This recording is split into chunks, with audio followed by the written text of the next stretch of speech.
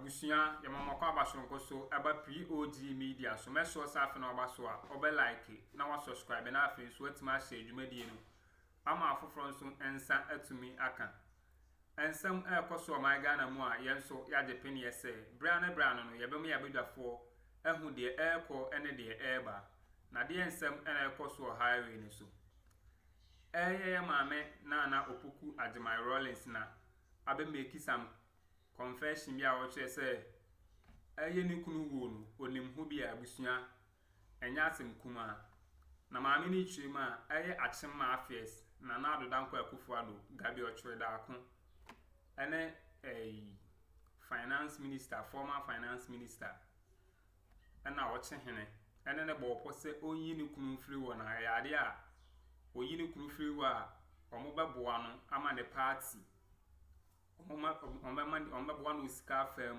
cars a firm, like Chese Nima, or promise mamma. Nanya your market to art as a mamma the dance and never 2 jar. Or Chese after say Okuni Kunivino, Daniel Manina or Shenima, and Moana, Amba, Sika, Amba, Casna, Amba, Ajas, or about Tiabe drop a dancing we are, and Jensen Kumabushia. And to be pursuing him, adding 7 muchum. Aba betu dwa me pesa be dwafo be miako akoti nsem a eye be poso hima ade ba be sum ye na ansa na ye be kon meso so wonsem kaye bia o de be share comment section ho o be like na o subscribe na afi so etima share dwumadi no na ba dwumadi na very interactive me da se Hey, esa na no yeka so onya na sede wa anya. Ni me ye no upon send sisi amara. Sa. Masa wo tia send na. To sede Mugabe be send no. Ai, na de wo frɛ. Ho ye boko. Boko bi ni abia na nyame de wa ye bi na ne akare na aka. Na breaking news e ho no. O se Freddy Bre yire no ko wi abi e. Na wo sake no. Freddy Bre yiri Jinabe ambassador to Germany. Hey, mo okowie bie. Ewo ABC bo Freddy ni oba ha na no. KK di mo Freddy say. Kwesi cheda kwa.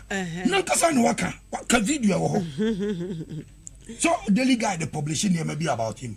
And also one man no also responded to yes, was on na na ye juma on na ye head of marketing. Onu kwesi cheda kwa. Nti maame nti enye wo ma say Freddy Bre any cycle no and Bawumia nso ko farm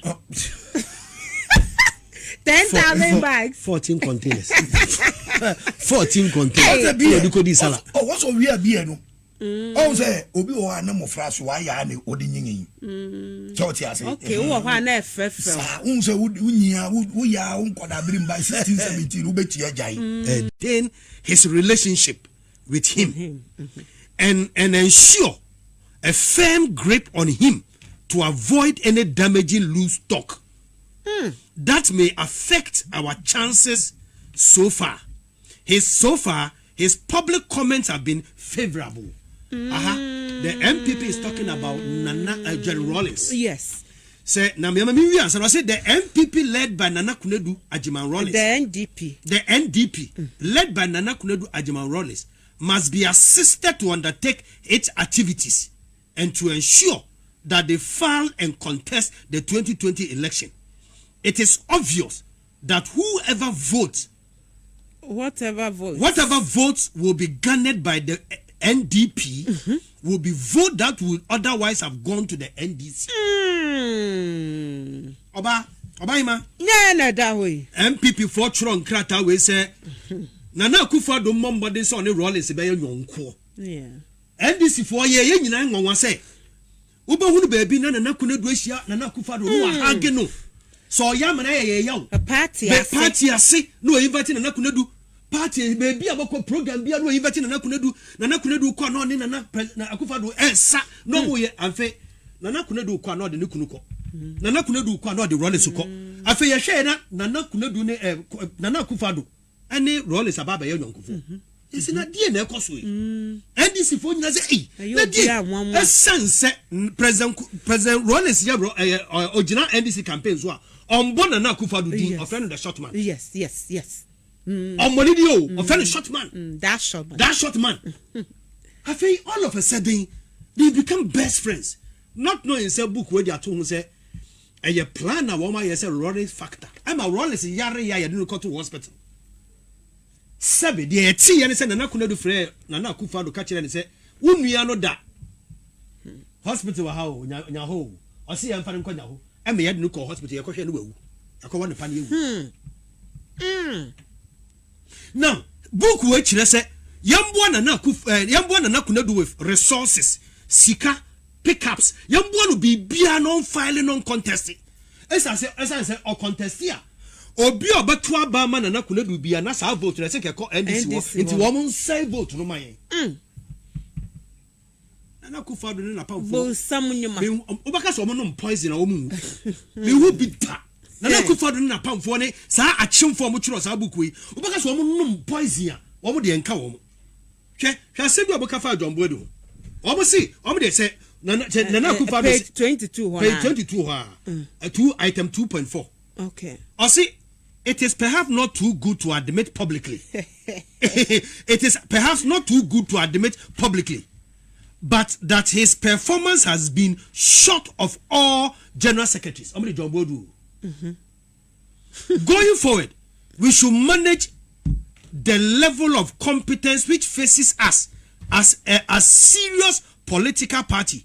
His actions and inactions are a complete definition of wealth accumulation agenda. Say oba Jombodu hu dia you want to compare your general secretary oba be MPP general secretary ni ono na anya kura na ne o yeri nyina say ono de sika pe na ope ampa Jombodu so no ya galamsey ibi say the report by ekwawusi no say his action and inactions are a complete definition of wealth accumulation agenda. His blatant involvement in galamsey in the Wasa, if found, could be an embarrassing state of affairs. Say, woman general secretary, woman jitum so ya galamsey, and pass a bad joint. Say, Uncle Forty say, or ya galamsey, no, I bayan Mugasia meina. Say the last say the last report prepared by Dr. Akuffo affirms that the fact, as well as the revelation about the monies he took from 183 candidates for government appointees. Now, Nkrata, MPP for Nkrata, we say, John Boydu no ye general secretary or Momodin government appointment. Now, the Oye is on in Nam Nojiti Sikafi government appointees. Sika no pe. Now, ye ben say, young Krakran, ye who yan Serenchran Kakrakra, yan Serenchran Kakrakra say, ye bet Obia, obet to be ye, John Boydu, every ho, near the general secretary Papa. And see. wow. Well, my mere friend Oslo Usu. In Krata, we say, woman agenda say on close down radio stations. Now, or close radio stations in the year, almost see a man 70%. I didn't tell man 70%. Almost see a man also 70% because I dare a catch and saw oh yeah, but one yen in Amway. Almost say or close radio station, almost catch and some on close radio gold. Now, so I didn't tell a moment close radio, so when close radio gold. And Kaobio Becca said, I didn't move close to buy NDC for radio station because oh, that's a radio go the NDC says you close here. Oh, agenda no. And then thank you, then enough. That's why him. The over here, my many year go radio gold by Emma Obia who say a agenda to kill NDC radio stations. And to almost man is 70%. And also NC. Then I near some mark. Yeah, mark you. It's what I'm say. Juma edition was and why na. Now we no our book we say. I'm catch your professor there.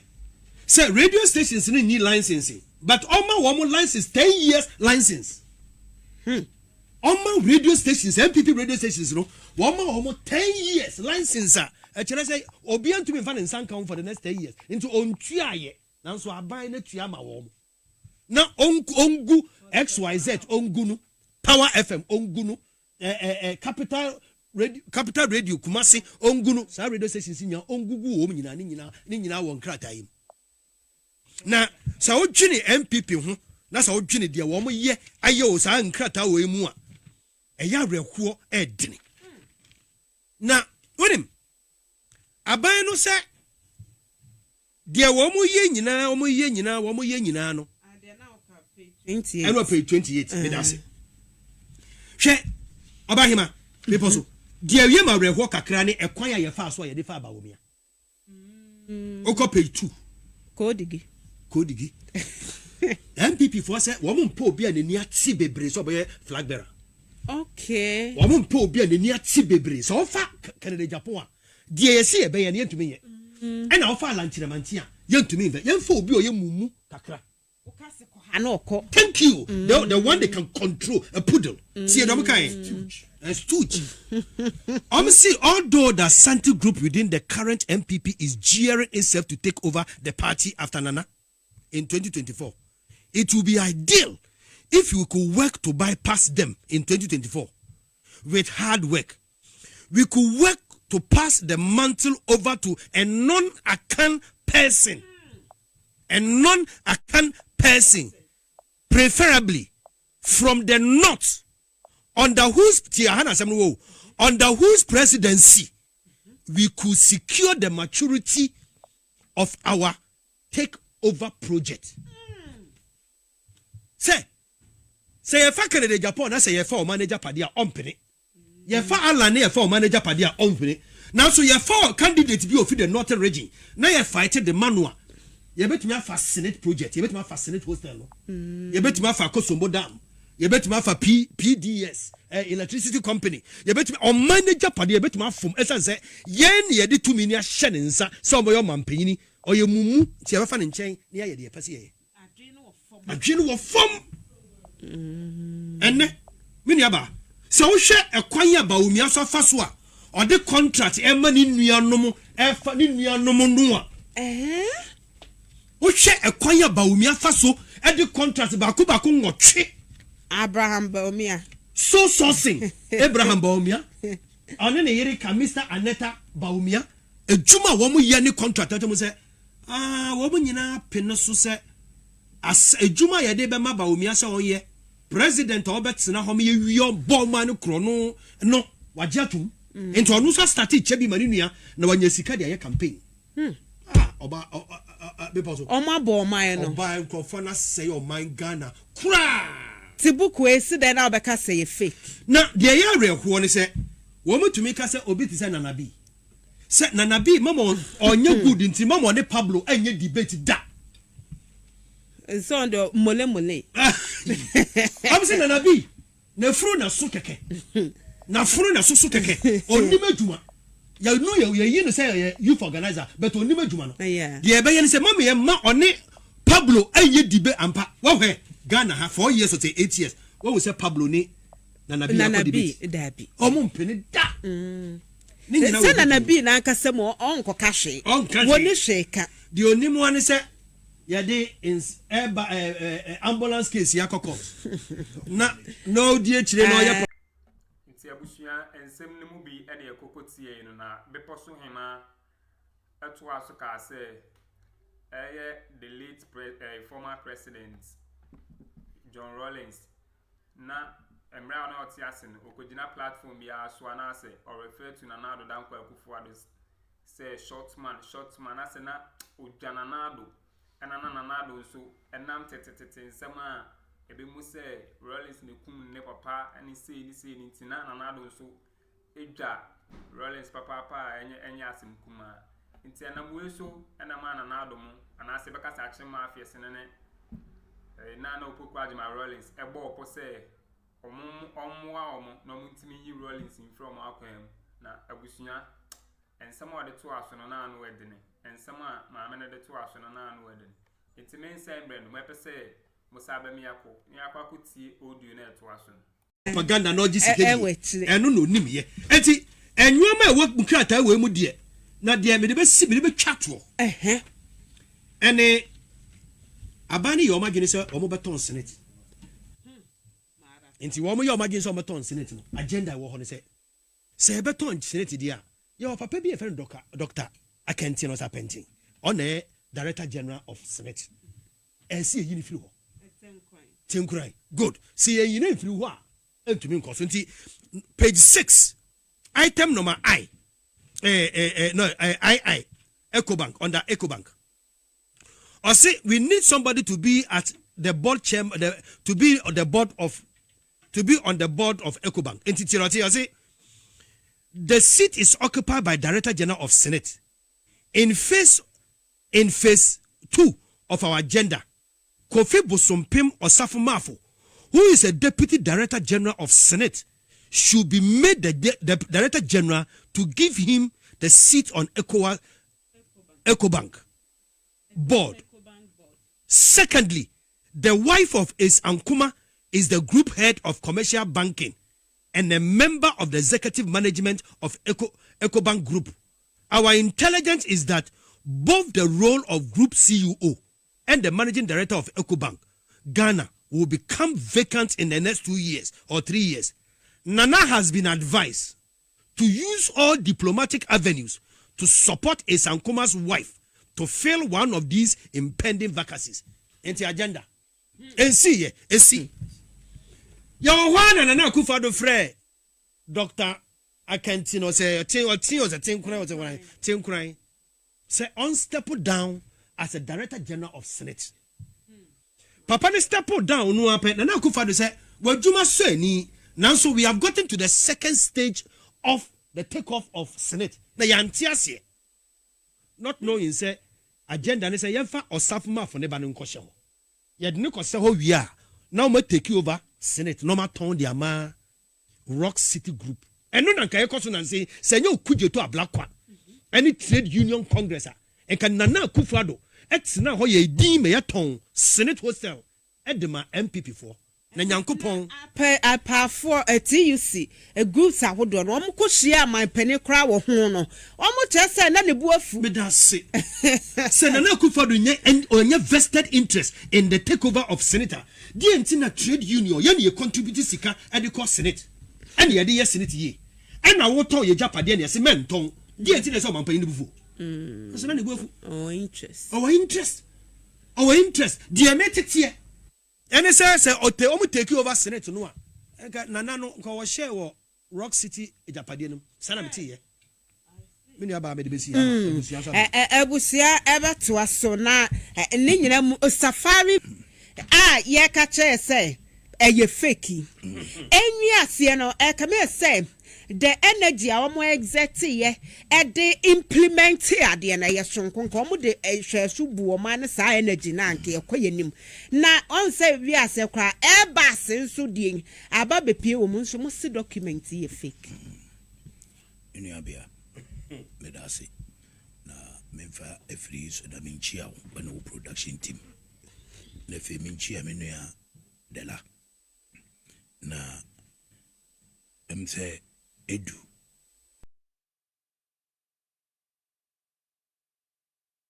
You tell us where you become Bible quotation into Ubia Otie Bianya Crado. Na and as I say, ye to Shiru. Inti baby Adela Edicosino. Wako Mumo. Into which I mentioned document in a may crabbing and me cry. Min quechiri. I want to deal with a surface one. A near forward, no. Okay. In Yanim, and in Yanimono. Now, first paragraph, no. We are no marco 2, 3, 4. It be a 4 for 5. Na media twaso. Na ye we. I want to be say. I've been bonia workers will be I've been bonia. We MPP.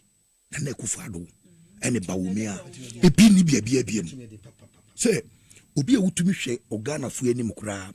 Na utumi tum wim dialysis.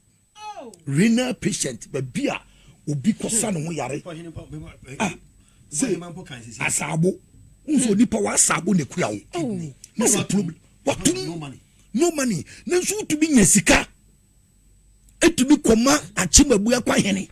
So mfani aduanua the big driving festival one kasa utumi be fawim etufa etumi $12 million so udi koye poalugu dam ye kwa nso a obobia baby ana hwe ye na motorway dela me ne dela na motorway obi otie me bia wo kwachire nso wo ba be ye motorway 6 lanes and wo kufa company bi wo friend Motor Angels and what they buy one and sign contract no ma dia wo what then say we and woman $2.57 million what the man no and was omu ebu kwan no ho and okofa a grader and odudwiri baby nkakra wa first akọ akwana pack bibi okọ abrochiri asa ye patch ese wona mo ho a etesa won kwada ye woni nkwa motorway ni obi onam ho bia experience who can say the la ye nam ho e da wo di quota mo friend beauty man odi quota ni be gu cement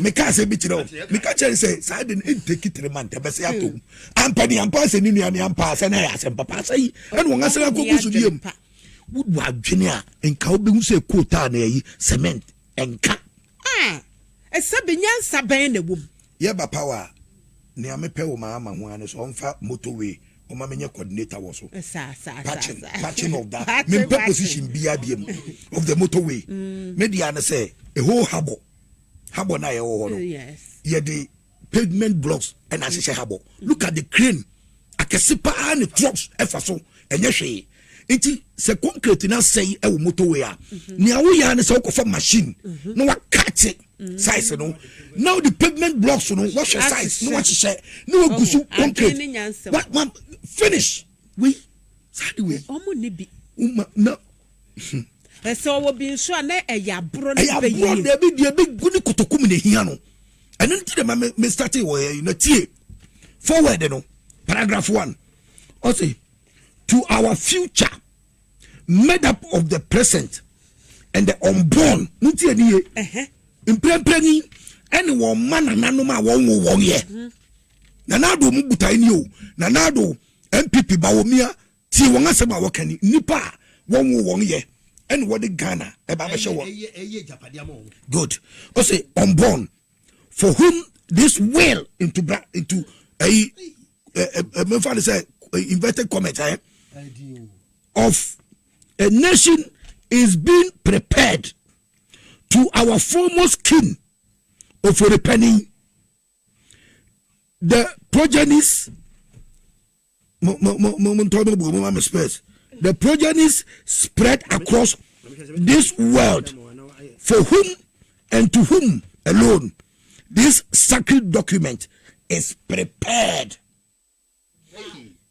One was paragraph 1 no na o say say the way document yi ni ade nyina wo pe ejapade ne ade nyina no eye move won nchirima emira wowom ene nchirima won ye ene won ofori pahini obi anim say akyem abu akwa hene no say no wofre no ofori pahini owo ofori pahini no wo ofori kuma na ye kropon do o my infin kwa o say atwe ofori pani fie good na muntie yanko 1 2 3 4 5 paragraph 5 obi otie bi yanko na itie currently with Nanado in total control of the whole entity of Ghana chef edimo say onu na say o man ni nyina na eden e shedin sa total control so what dominate obia and no obeka na e adwuma Ghana we have a duty to ensure that we take over the commanding height of the essential fabric of the country in order that even in the event that Nana leaves the scene after the mandatory 8 years, the sons and daughters of Ochemai will be firmly secured and such control both financially and economically that we can no longer be ignored in the battle to control the destiny of Ghana. This is amambofo maybe running the car send me wonga woni nim no me kan papa fu wo wen this ma woni no o say okwana the way a manner MPP fo etumi dey diabolic editia NDC government at that time say sa adwene no wonya no wode bo man na ankoman na tumpom sensa yes sa adwene we enti me be kan awie na fe pepe na Ghana ya modia tie menko the next paragraph o say to achieve we need to appropriate the fundamental economic and financial levers which would guarantee such control in years to come. Inti anya ade a wo ba be ne 8 years, 12 years ahead. Or planning obi o se menena no ma won ye. No oje Ghana japade na tie. O say in doing this, we need to be strategic. We would have to work with other people from some of the diverse ethnic groups, including some carefully selected people in Asante and other diverse ethnicities or lands. Fefe, what you say? The NTFA we are Ghana and no. It's economic, you know. And you want to say wako G a Japa deal. She or money, ye mineral a year you want in our resources now you want timber, diamond, gold, and then you every year. Am I over $200 million every year? Into 3 years, no, I'm more than 600. You have father 600. What to me, Akuffo, echo your company for more. Winning some be person him at the babe two dana. Me like me who dream me say Nana Opukwa de my Rawlings, it's me a boa a kum free or Tiasafo as he swore. That is a emba trimusum. Emba ye very, very wicked. I was say, Bema Biati as he swore, or show who you on mound. And I feel so, Akyem Mǎfiǎs in a year ridifu and cassa, or me ridifu. Me like me who dream me by Abusia. It's a madam, some of the penny, and your cocoa tea, a yen sama. Be poso hima edebe tuja efa nana opoku adima Rawlings Inti abusua medamasi